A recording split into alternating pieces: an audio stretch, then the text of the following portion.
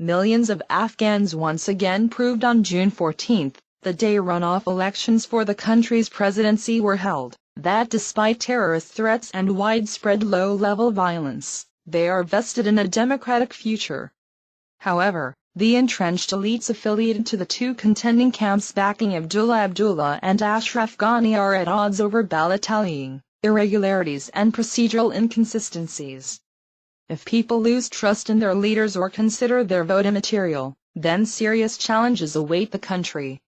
After bouts of patience and demands for a fair re-evaluation of allegations of fraud and unlawful activity prior and during the runoff, Abdullah finally cried foul on June 18 by asking his monitors and staff to suspend their work with the Independent Election Commission, IEC.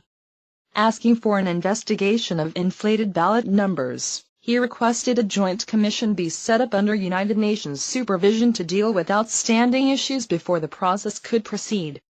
Abdullah, distrustful of the electoral system, is not only questioning the role played by individuals and institutions, but also political motivations of the outgoing president, Hamid Karzai. Abdullah claimed it was clear as the sun that Karzai was not impartial. Others in Kabul point to a serious rift within Karzai's own inner circle, pitting the clique around his chief of staff against palace traditionalists.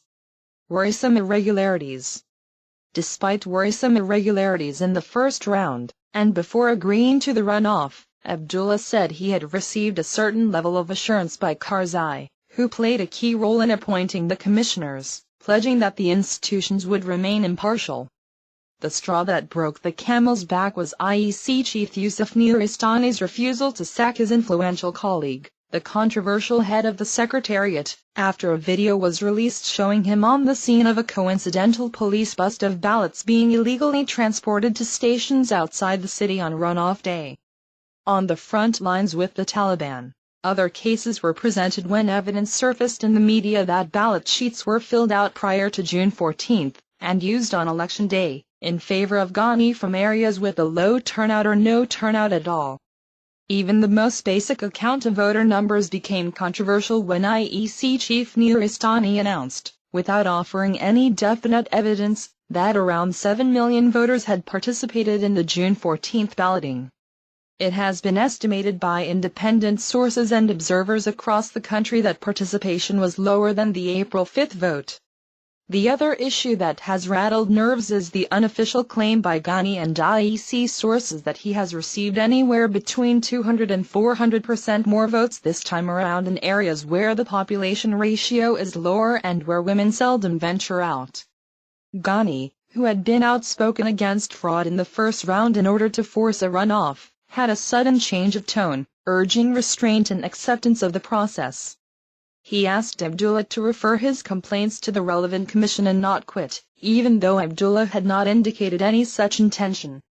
Avoiding any reference to specifics, and amid mounting allegations of irregularity, Ghani said, "What matters is the transparent process of vote counting and probe of any complaints there may be."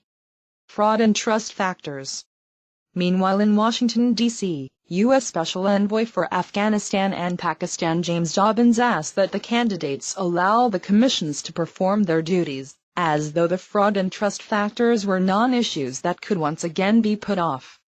While no immediate resolution is in sight at this stage, the country's mood swung from national euphoria, after the first round, to a state of political anguish, primarily caused by an electoral system considered by many observers as flawed, drawn out and in need of an overhaul. Afghanistan's hidden gems. The immediate challenges to the runoff election, however, remain unresolved and are testing political nerves across the country. Neutral and competent arbitration mechanisms are non-existent, thus the call on the UN to intercede within a limited scope that has to be defined and agreed to by both contending sides. Unless political leaders come to grips with the consequences of alleged fraud, and put aside one-upmanship by showing statesmanship in favor of transparency and credibility instead, the country's political transition will face an untimely twist, increase the political trust deficit, deepen economic prospects, embolden terrorist outfits, and even complicate the U.S. NATO troop pullout. Regardless of who benefits and who loses, someone needs to earnestly look into allegations of fraud.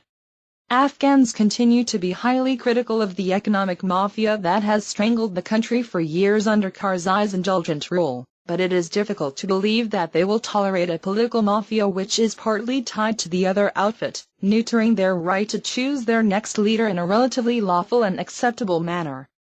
Regardless of whether the process is put on hold or not, the next best option is to call on neutral and impartial agents to play a constructive role and suspend the officials whose credentials are disputed.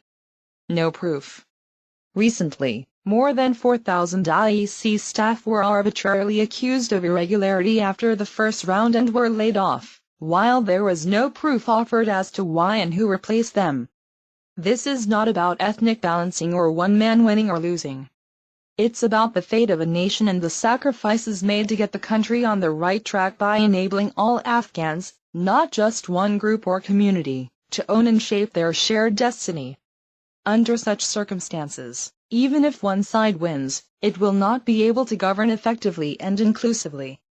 The country will not accept anything short of a legitimate process that assures stability and acceptance. Furthermore, Karzai's legacy will end up in tatters if he forces a situation that prolongs his rule but jeopardizes the country's gains in the development of democratic governance. The solution now lies in trying to play according to the rules, figure out a way that satisfies all sides with minimum hurt to the country's stability and avoiding further divisiveness. It is probably too late to consider a collaborative resolution between the two camps since the damage is still too fresh and there is need for healing and a reset. The international community, on the other hand, has a responsibility to play a constructive yet non-intrusive role, instead of pretending that all is fine or it's a purely Afghan prerogative. Since Afghans are in the driver's seat, they need to avoid political polarization and ethnic chauvinism, characteristic of some misguided elite groups, and respect the will of the voters. Failure to do so will serve no purpose, nor will it allow for the post-2014 transition to make headway. Omar Samad is a senior Central Asia Fellow at New America Foundation. He was Afghanistan's ambassador to France, 2009 to 2011, and Canada, 2004 to 2009, and spokesperson for the Afghan Foreign Ministry, 2002 to 2004. 1394.